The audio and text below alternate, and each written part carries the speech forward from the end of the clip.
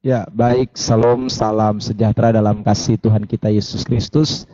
Senang sekali malam hari ini kita bisa kembali jumpa di dalam live streaming untuk kita sama-sama boleh menikmati firman Allah. Bapak Ibu Saudara yang diberkati Tuhan, saya sudah berjanji bahwa tema yang akan kita perhatikan kembali pada malam hari ini adalah mengenai penyangkalan diri.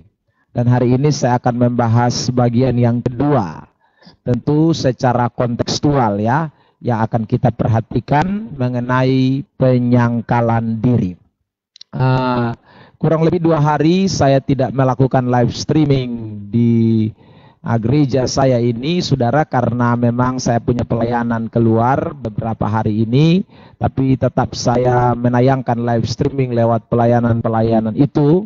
Dan tentunya ada berkat-berkat rohani yang sudah menjadi bagian atas kehidupan saudara dan saya.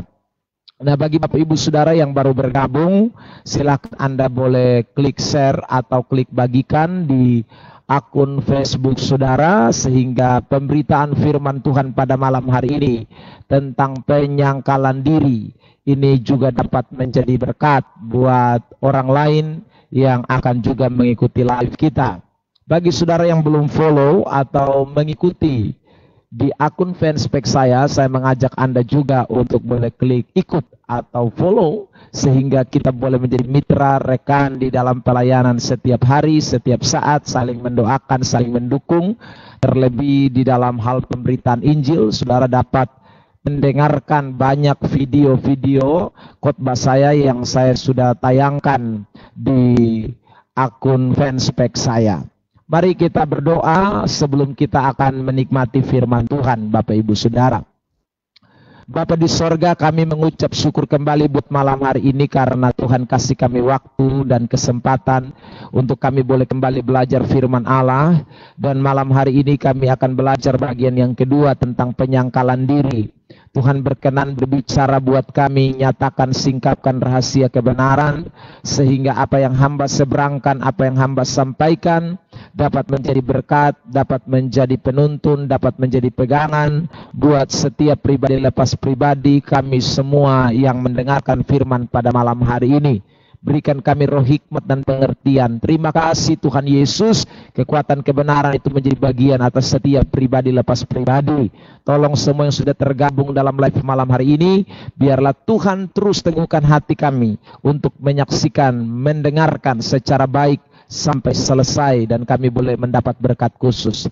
Terima kasih Tuhan, hormat kemuliaan hanya bagi Tuhan. Semua alat yang kami pakai, mic yang kami pakai, sound yang kami pakai, Tuhan, bahkan juga jaringan internet, Tuhan tolong supaya dalam jam pemberitaan ini tetap terkendali dalam kehendak Tuhan. Terima kasih Bapa, hormat hanya bagi Tuhan. Kami sambut firman Allah, mengucap syukur dalam nama Yesus. Amin. Bapak Ibu Saudara yang diberkati Tuhan, tema khotbah yang akan kita perhatikan malam hari ini sekali lagi adalah penyangkalan diri. Saudara yang diberkati, sebagaimana saya sudah sampaikan di kesempatan-kesempatan sebelumnya, bahwa ayat yang menjadi sorotan kita tentang penyangkalan diri adalah terambil dari Injil Matius pasal yang ke-6 itu, ayat yang ke-24. Ya, saya bacakan firman Tuhan. Lalu Yesus berkata kepada murid-muridnya, setiap orang yang mau mengikut aku, ia harus menyangkal dirinya, memikul salibnya dan mengikut aku. Jadi bicara soal penyangkalan diri, itu adalah sebuah keharusan. Saya sudah tekankan di bagian awal daripada penyampaian saya bahwa penyangkalan diri itu sebuah keharusan. Bukan hanya sekedar kita ikut Yesus, jadi orang Kristen, jadi orang percaya, tetapi memang kita harus menyangkal diri kita. Cara yang diberkati oleh Tuhan, kalau betul itu penyangkalan diri adalah sesuatu yang harus, maka bagaimana atau penerapannya seperti apa di dalam hidup kita? Arti sangkal diri itu sendiri dari kata menyangkal atau sangkal, yang artinya adalah bantah, tidak membenarkan atau tidak mengakui. Jadi membantah, tidak membenarkan, tidak mengakui, Itu arti daripada kata sangkal. Jadi kalau saudara yang dikasihi oleh Tuhan, kita dikatakan harus menyangkal diri, itu berarti tindakan tidak mau mengakui diri atau tidak mau membenarkan diri. Jadi ikut Tuhan Yesus itu kita tidak bisa membenarkan diri kita. Kita tidak boleh mengakui diri kita. Maksudnya apa? Bahwa memang kita semua ini manusia yang penuh keterbatasan, manusia yang penuh dengan kekurangan, manusia yang serba punya segala macam kekurangan-kekurangan, dan memang kita tidak bisa membenarkan diri kita. Jadi kalau kita bisa benar, kalau kita bisa berkenan, saudara, itu semua karena pembenaran yang Tuhan buat di dalam hidup saudara dan saya. Karena itu saudara, kita sendiri dari diri kita tidak boleh membenarkan diri kita. Nah, dalam hal apa saja Alkitab mengajarkan kita untuk sangkal diri. Saudara yang diberkati Tuhan, mari kita mempelajari satu persatu sesuai dengan apa yang Alkitab katakan buat kita, sehingga kita tidak keluar konteks. Dua hari yang lalu saya membahas secara konteks juga, tetapi ayat terdekat, yaitu di ayat yang ke-23, lalu saya perhatikan di ayat 25, dan kemudian juga di ayat yang ke-26, 24, 25, 26. Itu yang kita sudah pelajari. Tapi hari ini kita akan memperhatikan konteks yang agak sedikit jauh, yaitu ayat yang pertama. Ya, saudara, pasal 6 ayat yang pertama dan seterusnya sampai dengan ayat yang ke-24. Untuk kita dapat memahami dengan jelas apa yang Yesus maksudkan tentang menyangkal diri yang dia sampaikan di ayat yang ke-24. Karena saya percaya apa yang Alkitab ajarkan buat kita itu selalu berkaitan satu dengan yang lain. Dia tidak berdiri sendiri. Jadi ayat 24 itu punya keterkaitan dengan ayat-ayat sebelumnya. Mari kita memperhatikan Matius 6 ayat 1 sampai dengan ayat yang ke-18, Bapak Ibu Saudara. Ayat kunci dari Matius pasal 6 ayat 1 sampai ayat 18 itu kita bisa lihat di ayat yang pertama terlebih dahulu. Ada beberapa ayat kunci. Lihat, ingatlah, jangan kamu agamamu di hadapan orang supaya dilihat mereka. Kalimat yang saya garis bawahi kata jangan supaya dilihat mereka, itu punya arti tentang penyangkalan diri yang Yesus katakan di dalam ayat yang ke-24. Jadi sejak start ayat 1, Yesus sudah berbicara soal sangkal diri. Yesus sudah bicara soal tidak boleh menunjukkan kebenaran diri sendiri. Dikatakan jelas di dalam ayat yang pertama itu. Lalu kemudian saudara yang diberkati Tuhan, ya, jelas itu kalimatnya, supaya jangan dilihat orang, itu bicara tentang sangkal diri. Nah, hal ini bicara tentang kewajiban agama. Saudara yang diberkati. Kewajiban agama itu ada dua. Ya, di dalam hukum Taurat atau di dalam pandangan orang Yahudi dan juga di dalam pengajaran yang Yesus berikan. Saudara, bahwa kewajiban agama itu ada dua. Kewajiban agama yang pertama adalah bersifat moral. Itu bisa saudara baca di dalam Matius pasal yang ke-5, ayat yang ke-38 sampai dengan ayat yang ke-48 dari Injil Matius pasal yang ke-5. Lalu yang kedua adalah kewajiban agama yang bersifat religius atau bersifat rohani. Itu kita bisa memperhatikan Matius 6 ayat 1 sampai dengan ayat yang ke-18. Nah, konteks kita pada malam hari ini sesuai dengan pembicaraan saya di awal, bahwa Yesus ketika bicara soal penyangkalan diri, itu berkaitan dengan kewajiban agama yang bersifat religius. Karena cenderung orang-orang Yahudi pada waktu itu, ahli Taurat, orang-orang Farisi, kalau mereka melakukan kewajiban agama mereka yang bersifat religius, itu cenderung untuk kelihatan, untuk supaya dilihat orang, supaya ada pengakuan publik, supaya orang mengenal siapa diri mereka, supaya mereka menjadi orang-orang yang terkemuka. Itu yang seringkali menonjol dalam kehidupan orang-orang Yahudi, ahli Taurat, orang-orang Farisi. Makanya Yesus tegaskan di dalam ayat yang ke-24, Ternyata ikut Tuhan Yesus, bicara soal hal religius, bicara soal hal-hal rohani, bicara hal-hal yang bersifatnya adalah hubungan vertikal atau hubungan dengan Tuhan, itu saudara yang diberkati, orang tidak boleh melakukannya dengan unsur kelihatan atau unsur menyatakan diri atau unsur untuk menjadi public figure atau unsur supaya dikenal, supaya menjadi terkenal. Itu Yesus tidak mau. Makanya Yesus katakan di dalam ayat yang ke-24 itu, dalam Matius pasal yang ke-6, kalau siapa mau ikut aku, ia harus menyangkal dirinya. Bahkan dalam hal-hal yang bersifat religius. Saudara yang diberkati oleh Tuhan Yesus Kristus. Nah, karena itu pada kesempatan ini saya akan membahas penyangkalan diri ini secara religius. Sesuai dengan konteks kita, yaitu Matius pasal 6 ayat 1 sampai dengan ayat yang ke-18. Apa saja hal-hal religius yang dikatakan oleh Tuhan Yesus yang tidak boleh dilakukan dengan maksud atau dengan keinginan atau dengan tujuan penonjolan diri, dengan tujuan untuk menyatakan siapa kita. Ini saya mau kupas secara tuntas pada malam hari ini. Nah, mari kita memperhatikannya. Yang bersifat religius, yang harus ada penyangkalan diri, saudara yang diberkati, adalah yang pertama. Dikatakan di dalam ayat yang ke-6, ingatlah janganlah kamu melakukan kewajiban agamamu di hadapan orang, supaya dilihat mereka, karena jika demikian kamu tidak beroleh upah dari Bapamu yang di sorga. Kalau kita memperhatikan ayat 1, ayat 2 dan seterusnya, ini bicara tentang hal memberi sedekah.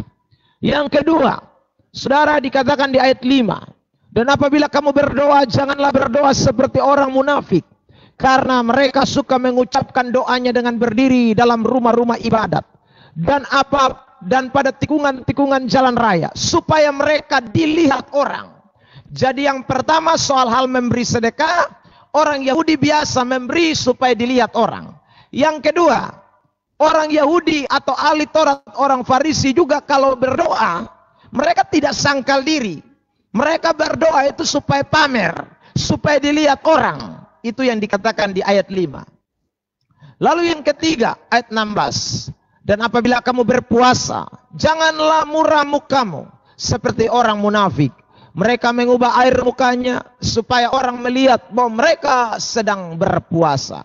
Rupanya puasa juga mereka lakukan supaya dilihat orang. Jadi puasa mereka juga tanpa penyangkalan diri. Jadi saudara lihat, hal-hal religius yang mereka lakukan semua tanpa penyangkalan diri. Baik itu soal hal memberi, baik itu soal puasa, baik itu soal doa, semuanya dilakukan hanya untuk tujuan satu, penonjolan diri mereka. Tujuan satu, bagaimana supaya mereka terkenal, bagaimana supaya mereka jadi public figure, bagaimana supaya mereka menjadi orang yang tersohor. Itu yang dilakukan oleh orang-orang Farisi, ahli Taurat pada waktu itu. Makanya di ayat yang ke-24 Yesus mengecam mereka. Kalau kamu mau ikut aku, kamu mau menjadi pengikutku, kalau kamu ikuti ajaran Alkitab, kalau kamu betul-betul menjadi orang percaya, kamu ingat, kamu tidak boleh lakukan kewajiban-kewajiban agamamu itu tanpa penyangkalan diri atau dengan tujuan-tujuan seperti itu. Maka semuanya itu akan menjadi sia-sia. Kewajiban agama yang bersifat religius itu membutuhkan penyangkalan diri. Jadi kalau sekarang kita terapkan dalam kehidupan kita setiap hari, kita memberi sedekah, kita melayani Tuhan, kita berdoa, kita berpuasa, kita melakukan apa saja, hendaklah kita melakukannya dengan penyangkalan diri. Itu yang Alkitab inginkan, itu yang Alkitab mau saudara lakukan. Nah, sekarang kita akan belajar satu persatu 3 hal ini ya. Memberi sedekah, berdoa, berpuasa di dalam penyangkalan diri. Ya, saudara. Mari kita mau perhatikan satu persatu. Yang pertama, soal memberi sedekah. Saya mau kupas terlebih dahulu apa arti kata sedekah itu sendiri. Kata sedekah itu artinya derma, belas kasihan atau murah hati. Jadi menurut studi kata Alkitab, kata sedekah itu artinya derma, belas kasihan atau murah hati. Nah, ini bukan orang Yahudi tidak tahu. Ini adalah sesuatu yang sudah diterapkan sejak zaman Taurat.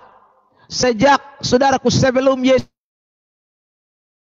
derma, murah hati, belas kasihan, itu adalah bagian yang sudah biasa dikerjakan oleh orang Yahudi.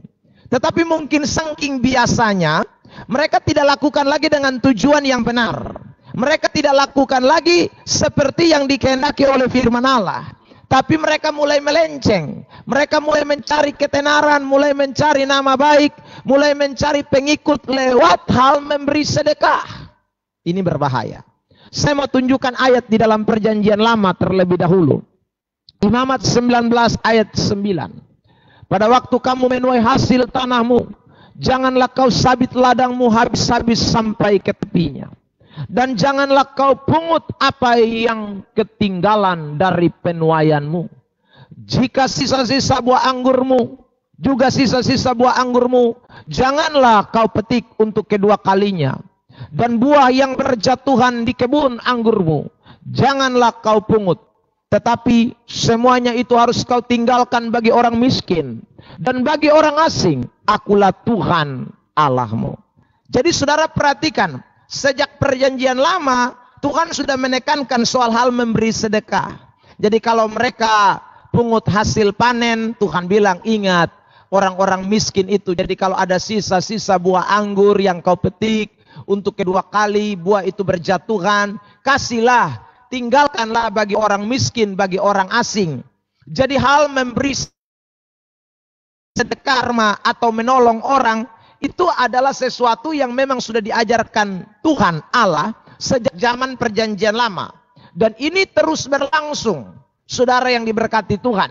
Baik pada zaman Yesus, juga kita melihat bagaimana Yesus sangat memperhatikan orang-orang yang membutuhkan. Dia menunjukkan kemurahan hatinya, dia menunjukkan belas kasihan, dan itu tanda orang memberi sedekah atau memberi.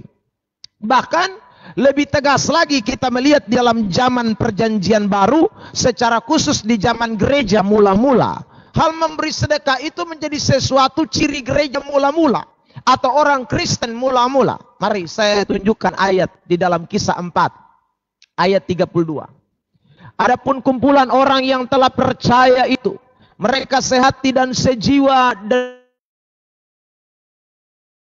bahwa sesuatu dari kepunyaannya adalah milik sendiri. Tetapi segala sesuatu adalah kepunyaan mereka bersama. Sebab tidak ada seorang pun yang berkekurangan di antara mereka. Karena semua orang yang mempunyai tanah atau rumah menjual kepunyaan itu, dan hasil penjualan itu mereka bawa. Jadi saudara yang diberkati, hal memberi sedekah, derma, berbelas kasihan, murah hati, itu memang adalah gaya kehidupan religius. Mulai dari perjanjian lama sampai dengan zaman gereja. Tentu pada hari-hari ini kita pun tetap melakukan hal yang seperti ini. Jadi kewajiban agama memang sesuatu yang harus kita kerjakan dalam hal memberi sedekah, dalam hal menolong, dalam hal berbelas kasihan kepada orang lain. Saudara yang diberkati oleh Tuhan, tetapi ingat, waktu kita melakukannya harus berbeda dengan apa yang dilakukan oleh orang-orang Farisi. Orang-orang Farisi dikecam oleh Tuhan bukan karena soal mereka memberi sedekahnya, tapi soal tujuan mereka memberi. Ketika mereka memberi sedekah, sekali lagi ada indikasi di sana bahwa mereka ingin mencari puji-pujian. Mereka ingin mencari kepentingan diri mereka sendiri. Mereka ingin mencari penonjolan diri mereka sendiri.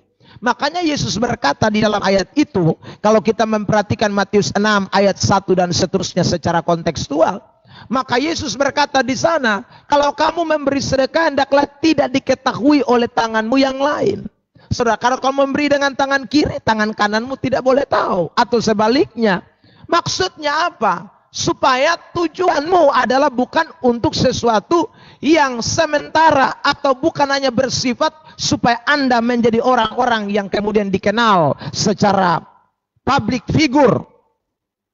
Nah, ini pembelajaran yang tidak boleh kita lupakan. Jadi dalam hal memberi sedekah kita harus punya penyangkalan diri. Ada orang suka bantu orang, ya, tetapi rupanya bukan hanya untuk membantu saja. Tujuannya adalah supaya bagaimana namanya terkenal. Sehingga waktu dia kalau bantu orang, dia titip kartu namanya. Lalu dia bilang, tolong ya, habis itu kamu bagi-bagi kartu nama saya. Supaya nanti kalau orang tanya, siapa yang kasih kamu bantuan itu, tolong sampaikan, itu pendeta Ebenezer yang kasih. Jadi saudara yang diberkati Tuhan, itu tujuannya salah. Itu yang memberi tanpa penyangkalan diri. Itulah orang yang melakukan belas kasihan atau berkemurahan atau memberi sedekah atau derma dengan tidak menyangkal diri. Mereka mengekspos supaya diketahui oleh publik, supaya diketahui oleh semua orang, dengan tujuan supaya nama mereka lebih terkenal, supaya mereka kemudian mendapat followers, mendapat pengikut, mendapat orang-orang yang dapat mendukung mereka kelak. Kalau mereka jadi anggota DPR atau kalau mereka jadi pembesar, maka ada yang sudah tahu bahwa dia ini orang suka memberi, dia ini orang suka membantu. Itu adalah sesuatu yang keliru di mata Tuhan. Nah, penyangkalan diri harus dimulai dari hal kita mulai memberi sedekah. Saudara yang diberkati Tuhan, ada orang juga suka kasih sesuatu kepada orang lain, tapi habis itu dia cerita dari satu tetangga ke tetangga yang lain. Hari ini dia omong bilang, lu tahu kok sonde, orang Kupang bilang ya. Itu dia pakai baju tuh beta yang beli kasih. Saudara yang diberkati. Lihat tuh dia bagaya tuh pakai tuh sepatu mah. Itu sepatu tuh beta yang kasih. Kamu lihat itu. Dia pakai baju baru tuh, dia pakai sepatu ini, itu saya tuh. Kalau bukan saya dia nggak punya tuh. Ya saudara, itu orang yang sekali lagi sama dengan orang Farisi. Dan Yesus mencekam orang yang memberi dengan cara tidak menyangkal diri. Karena itu saudara yang diberkati Tuhan, penyangkalan diri itu bersifat yang pertama, ingat, secara moral, tetapi juga secara religius. Mungkin secara moral kita sudah menyangkal diri kita, tetapi pertanyaannya adalah secara religius Anda sudah menyangkal diri atau belum? Secara moral kita menyangkal diri sehingga kita boleh mengasihi musuh kita. Kita tidak berbuat jahat kepada orang yang berbuat jahat kepada kita. Kita tidak membalas saudaraku sesuatu fitnah dengan fitnah. Itu memang merupakan penyangkalan diri. Tapi itu bersifat moral. Pertanyaannya adalah sekarang secara religius. Dalam hal memberi sedekah, dalam hal membantu orang lain, di dalam hal Anda berbelas kasihan kepada orang lain, apakah Anda sudah melakukan seperti yang dikatakan oleh firman Allah? Kalau belum, maka sekali lagi kita gagal menerapkan Matius 6 ayat 24. Yang artinya menyangkal diri itu juga bukan hanya bersifat secara moral, tetapi secara religius, rohani, dalam hal memberi sedekah. Saudara yang diberkati Tuhan, ya tadi di ayat 435 juga. Dan mereka letakkan di depan kaki rasul-rasul, lalu dibagi-bagikan kepada setiap orang sesuai dengan keperluannya.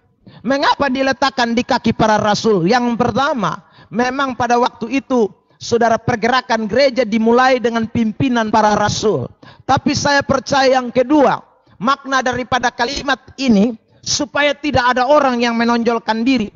Kalau semua datang dan menyerahkan di kaki rasul-rasul, sekian 3.000 orang jemaat mula-mula, saudaraku. Misalnya mereka membawa sumbangsi mereka pada waktu itu untuk keperluan bagi semua orang yang membutuhkan, maka tidak ada yang cari nama. Karena sudah semuanya ada di kaki rasul-rasul, dikumpulkan menjadi satu.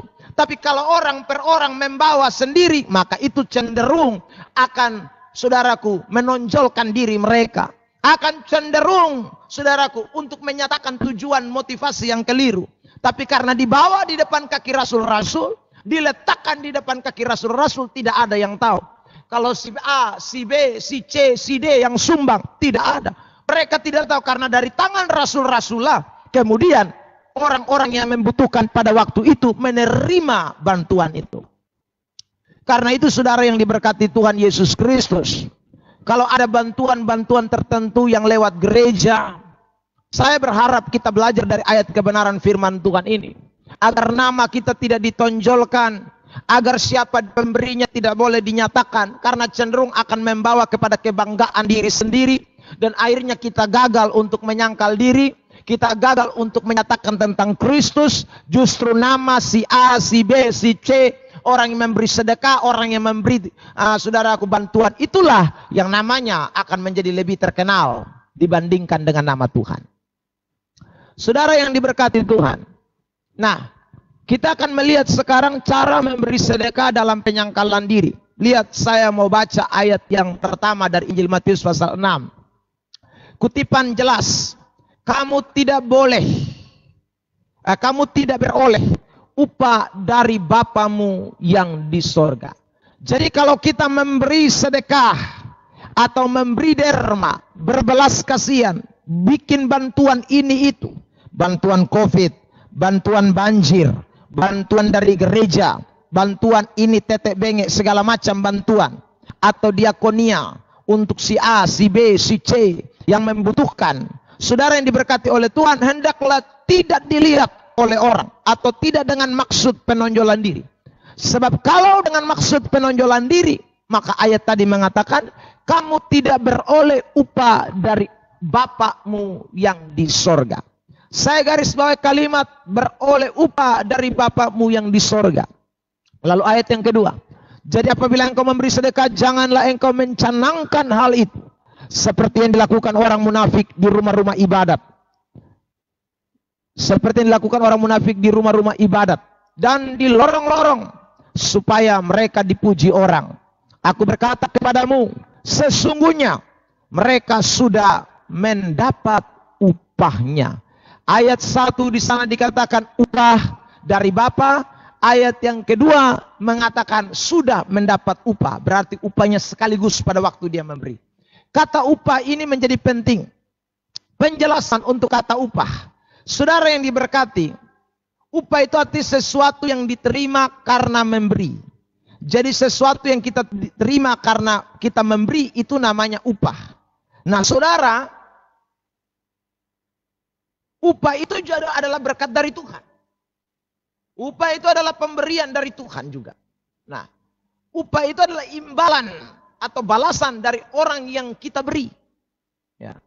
Kalau upah yang kita terima itu adalah upah artinya berkat dari Tuhan, itu baik. Tapi upah karena imbalan atau balasan dari orang yang kita beri, maka saudara yang diberkati Tuhan, ini yang sebenarnya kita sedang melakukan yang namanya bukan penyangkalan diri. Jadi kalau upah yang adalah berkat dari Tuhan, terkadang saudara yang diberkati kita tidak terima dari orang yang memberi kepada kita. Kalau berkat dari Tuhan, maka saudara yang diberkati terkadang bisa terima hari ini, tetapi juga bisa tidak terima hari ini. Itu namanya berkat dari Tuhan. Tetapi kalau upah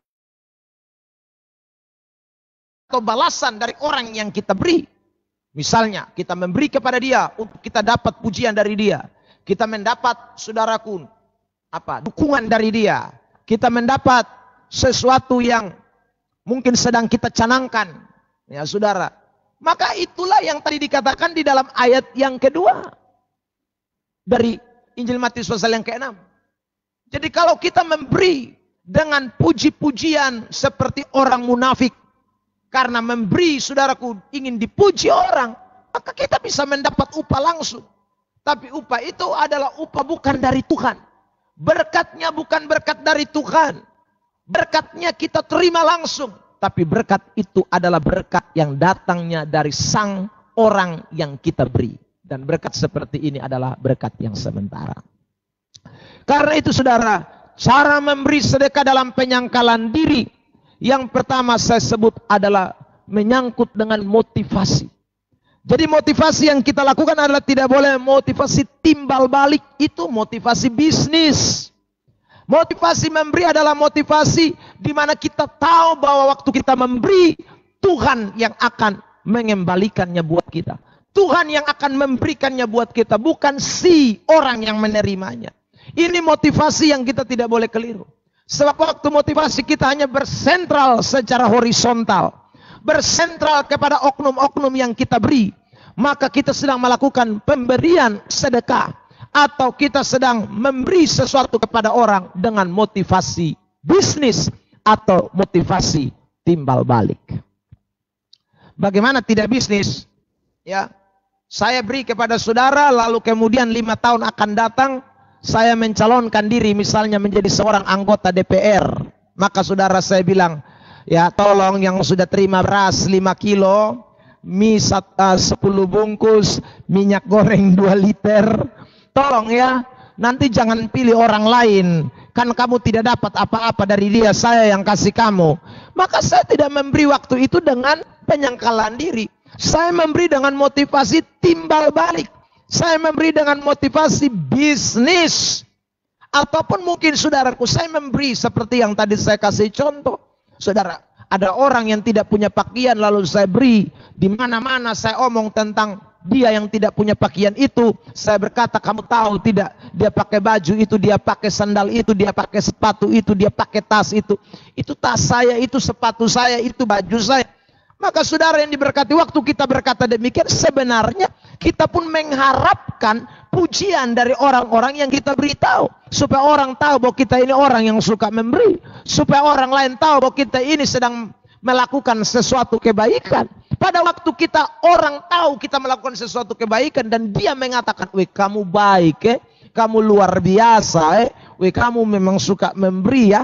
Itu sebenarnya saudaraku, kita sedang melakukan segala sesuatu dengan tidak menyangkal diri. Karena kita sudah punya motivasi timbal balik bisnis. Sekalipun bentuknya tidak berupa barang, tapi cuma lewat kata-kata atau dukungan atau followers, pengikut, kita sedang melakukannya hanya untuk sesuatu yang bernilai bisnis. Karena itu hari ini pada kesempatan malam diberkati ini, saudara-saudaraku yang dikasih oleh Tuhan, mari kita belajar dari firman Tuhan ini. Secara religius kita mesti mulai menyangkal diri. Jadi kalau saudara berkelebihan lalu saudara membagikan sesuatu kepada orang lain, berilah dengan ketulusan hati. Berilah karena bukan dengan motivasi timbal balik. Ataupun mungkin suatu saat Anda, orang yang Anda tolong, suatu saat dia tidak peduli dengan Anda.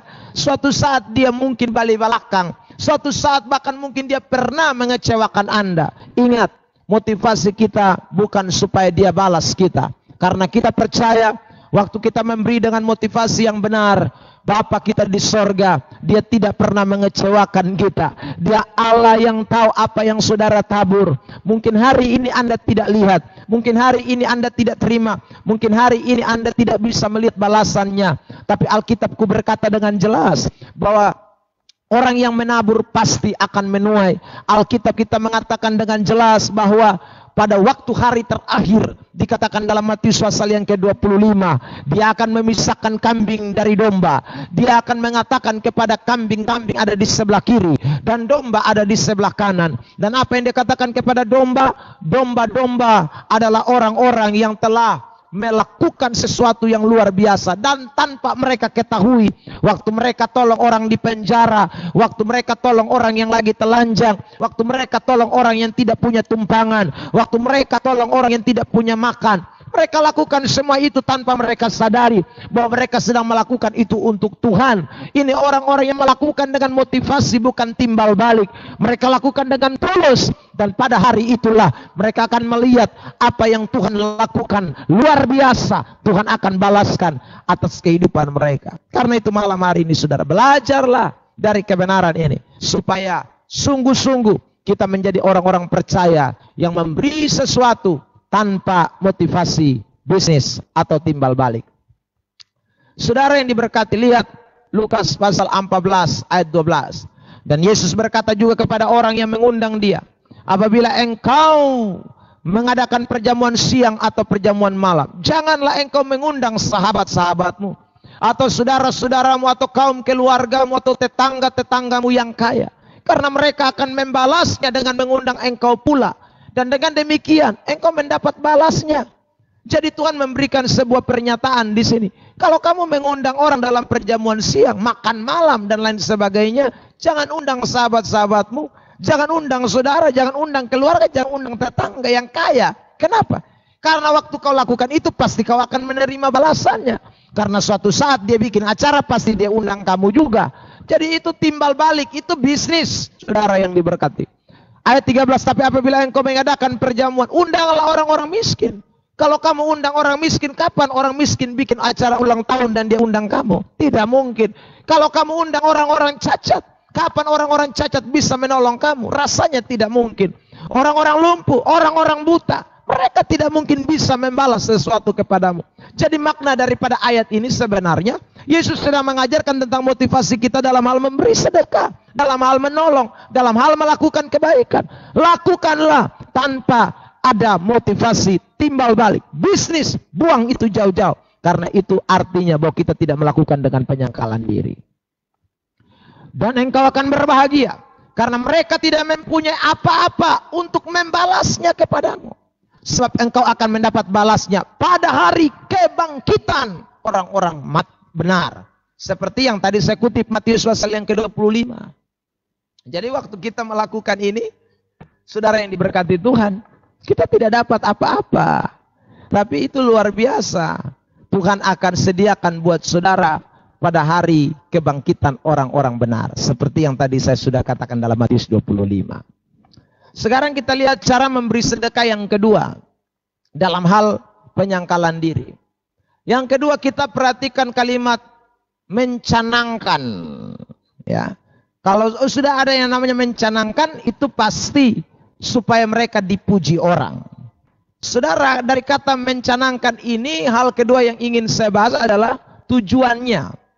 Ini tentu bicara tentang pamer, reputasinya, cari reputasi, cari pamer. Ini tujuan. Karena ada tujuan, maka dikatakan di dalam ayat itu mencanangkan hal itu. Merencanakan hal itu dengan sesuatu maksud tertentu. Ya.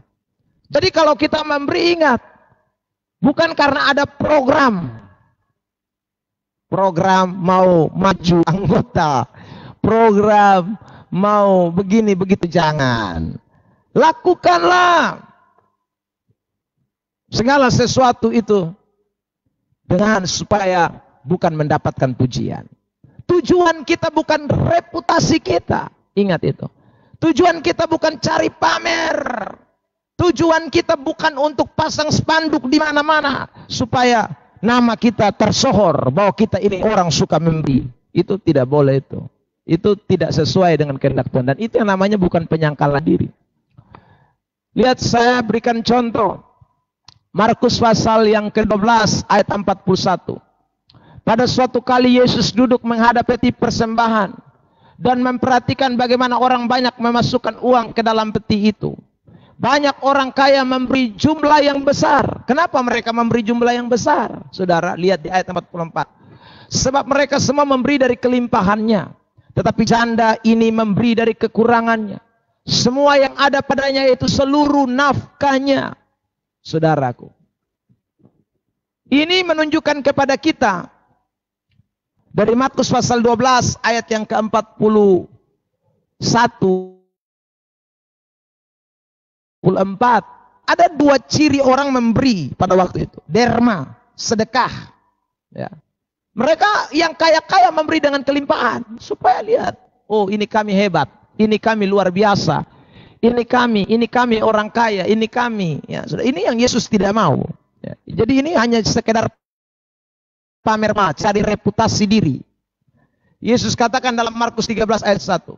Ketika Yesus keluar dari bait Allah, seorang murid-muridnya berkata kepadanya, Guru, lihatlah betapa kokohnya batu-batu itu dan betapa megahnya gedung-gedung itu. Jadi kalau kita sangkut pautkan dengan Markus 12, maka saudara yang diberkati, ini peristiwa terjadi di bait Allah. Mungkin saja orang-orang kaya itu mereka memberikan banyak supaya waktu pembangunan bait Allah, waktu gereja mereka, bait Allah pada waktu itu dibangun, mereka akan sombong, mereka akan bermegah. Wih, itu karena uang kami, itu lihat, itu bangunan itu luar biasa, megah, ya, lihatlah, kokoh, megah sekali gedung-gedungnya. Lalu apa yang dikatakan di ayat 2? Yesus berkata kepadanya, kau lihat gedung-gedung itu yang hebat? Tidak satu pun dari batu pun akan dibiarkan terletak di atas batu yang lain. Semuanya akan diruntuhkan. Mereka begitu mengagumi kemegahan bait Allah itu yang mereka bangun dengan susah payah, dengan jerih payah mereka untuk menyatakan, bukan menyatakan Tuhan di sana, tetapi untuk menyatakan kesombongan mereka, untuk membuat reputasi nilai mereka menjadi lebih tinggi. Saudara yang diberkati Tuhan, maka Tuhan marah. Tuhan bilang, kau lihat itu bait Allah, bahwa satu pun batu tidak akan terletak di atas batu yang lain. Semuanya akan diruntuhkan. Tuhan tidak mau sebuah gedung, sekalipun itu gedung rohani, dibangun atas reputasi keangkuhan, reputasi kesombongan, cari nama. Tuhan tidak mau. Saudara yang diberkati Tuhan. Makanya Yesus bilang, runtuhkan dalam 3 hari. Saudara yang diberkati Tuhan.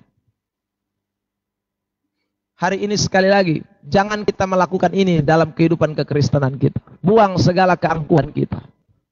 Yang ketiga, cara memberi sedekah dalam penyangkalan diri. Ingat, 1, motivasi kita tidak boleh bisnis, timbal balik. 2, ingat baik-baik, saudara, jangan cari reputasi atau nama. Yang 3, tetapi jika engkau memberi sedekah, janganlah diketahui tangan kirimu apa yang diperbuat tangan kananmu. Ayat yang keempat, hendaklah sedekahmu itu diberikan dengan tersembunyi, maka Bapamu yang melihat yang tersembunyi, dikatakan, akan membalasnya kepadamu. Hendaklah sedekahmu itu diberikan dengan tersembunyi, dikatakan, maka Bapamu yang melihat yang tersembunyi akan membalasnya kepadamu. Saudara yang diberkati Tuhan. Yang ketiga, kalimat ini menunjukkan bahwa kalau kita melakukan yang namanya memberi sedekah, lakukanlah untuk kemuliaan Bapa. Lakukanlah untuk kemuliaan Tuhan, bukan untuk kemuliaan diri kita. Seperti yang tadi kita sudah bahas pada bagian yang kedua. Bukan untuk cari reputasi diri kita. Lihat Matius 5 ayat 16. Demikian hendaknya terangmu bercahaya di depan orang, supaya mereka melihat perbuatanmu yang baik dan memuliakan Bapamu yang di sorga. Jadi ternyata memang kita harus memberi. Untuk apa kita memberi? Sekali lagi, supaya Bapa dimuliakan. Orang tahu bahwa ternyata orang-orang Kristen, anak-anak Tuhan, mereka melakukan semuanya itu lewat cara kita memberi, cara kita menolong, cara kita membantu. Itu akhirnya nama Tuhan dipermuliakan. Saudaraku, kalau nama Tuhan dipermuliakan, Kristus dimuliakan, saya percaya saudara, itu menjadi sebuah kesaksian yang luar biasa. Itu menjadi sebuah kesaksian yang luar biasa, bahwa Kristus Yesus itu berperkara atas anak-anak Tuhan. Dan saya percaya lewat kesaksian itu bisa ada jiwa-jiwa yang dimenangkan untuk kemuliaan bagi nama Tuhan. Karena itu kalau kita memperhatikan pergerakan gereja mula-mula, Bapak Ibu Saudara yang diberkati Tuhan, banyak jiwa ditolong, banyak jiwa diselamatkan, banyak orang menjadi percaya kepada Yesus. Karena memang tujuan mereka melakukan semuanya itu bukan untuk kemuliaan diri mereka, bukan untuk pamer, bukan untuk cari nama, tetapi semuanya untuk memuliakan Bapa yang di sorga. Saudara yang diberkati Tuhan, Roma 11 ayat 35. Atau siapakah yang pernah memberikan sesuatu kepadanya sehingga ia harus menggantikannya? Sebab segala sesuatu adalah dari Dia dan oleh Dia dan kepada Dia. Bagi Dialah kemuliaan sampai selama-lamanya. Jadi saudara, kita tidak bisa membalas kebaikan-kebaikan Tuhan itu dengan sumbangsi kita yang banyak. Karena itu waktu kita melakukan segala setujuannya hanya satu, biarlah kemuliaan bagi Tuhan. Waktu kita melakukan dengan kemuliaan bagi Tuhan, itu adalah tujuan yang terbaik. Itu adalah sesuatu yang Tuhan kehendaki dalam kehidupan kekristenan kita. Nah, saudara yang diberkati Tuhan, saya masih punya bagian yang ketiga, ya, tentang penyangkalan diri. Karena tadi saya sudah bahas yang pertama, kewajiban secara religius itu ada 3 kan. Yang pertama, kewajiban secara religius yang pertama itu memberi sedekah. Yang kedua dan yang ketiga adalah soal berdoa dan berpuasa. Saya akan bahas pada kesempatan yang akan datang. Jadi saudara yang diberkati Tuhan, terima kasih buat saudara yang sudah menyaksikan ini.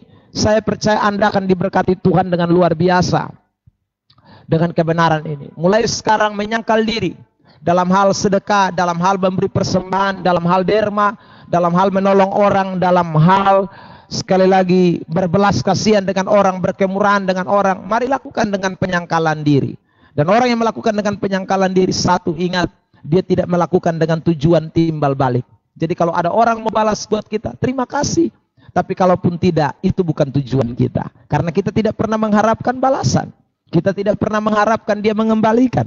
Kita tidak pernah mengharapkan mendapatkan sesuatu dari Dia. Karena kita tahu waktu kita menabur, Dia Tuhan yang luar biasa sedang mempersiapkan yang terbaik buat kita. Mungkin tidak hari ini, tapi waktu kedatangannya yang kedua kali, Alkitab berkata dengan jelas, Tuhan akan melakukan yang terbaik buat saudara dan saya. Dia akan memberikan upah buat semua orang yang sungguh-sungguh melakukan yang terbaik. Yang kedua, jangan lupa saudara diberkati Tuhan. Ingat, kita tidak boleh tujuan pamer. Kita tidak boleh tujuan mencari reputasi diri. Karena itu bagi Tuhan kebencian yang luar biasa. Apa artinya sebuah kemegahan dunia? Apa artinya nama kita lebih terkenal? Saudara, tujuan Tuhan adalah bagaimana? Yang ketiga, kemuliaan Tuhan dinyatakan lewat setiap perbuatan-perbuatan baik yang kita lakukan. Saudara yang baru bergabung, sekali lagi, saudara boleh membagikan kebenaran ini dengan cara tombol share, tekan, dan kemudian bagikan. Atau tekan tombol bagi di akun Facebook saudara, sehingga kebenaran-kebenaran ini boleh menjadi berkat. Terima kasih buat semua yang sudah bergabung. Saya tidak bisa sebutkan satu persatu. Ada saudara saya Maria Yosefina, ada Lukas, ada Ibu Sima Mautang dari Batam ya saudara.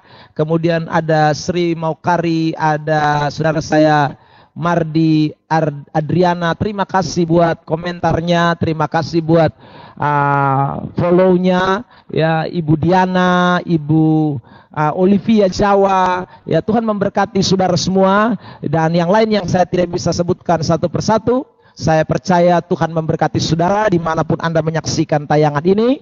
Dan terus jadi rekan pelayanan, kita saling mendukung dalam doa, jadi berkat buat banyak orang. Kesempatan besok kalau saudara memang punya hal-hal yang perlu didoakan, sudah bisa klik di kolom komentar dan semua bisa membaca dan kita sama-sama akan berdoa. Dan saya percaya bahwa Tuhan yang luar biasa itu pasti menolong dan memberkati kita semua. Tuhan Yesus memberkati kita dan sampai ketemu di jumpa. Mari kita berdoa sebelum kita mengakhiri pertemuan kita. Bapa di sorga, kami menyerahkan semua yang sudah bergabung pada malam hari ini, yang sudah mengikuti live streaming ini. Tuhan berkati, bahkan juga yang akan mengikutinya pada menit-menit ke depan. Kami doakan Tuhan memberkati, Tuhan lebih kenal setiap pergumulan kami, Tuhan lebih tahu apa yang menjadi keluh kesah kami, apa yang menjadi doa kami. Kami percaya Tuhan Allah luar biasa. Terlebih Tuhan pembelajaran kami pada hari ini, Tuhan tanamkan itu supaya kami benar-benar boleh menjadi pelaku-pelaku firman. Terus sangkal diri bukan hanya secara moral, tetapi juga dalam hal-hal religius yang terkadang kami tidak sadar bahwa kami melakukannya hanya untuk kepentingan timbal balik bisnis. Kami lakukan dengan tujuan pamer, cari reputasi. Kami lakukan dengan tujuan bukan untuk kemuliaan Tuhan, tapi kemuliaan diri.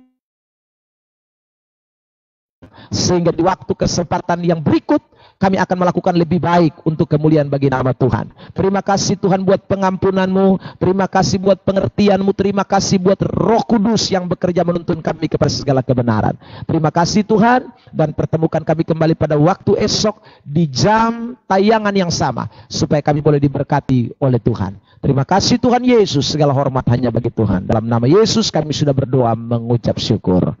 Amin. Sampai ketemu, Tuhan Yesus memberkati kita semua. Shalom.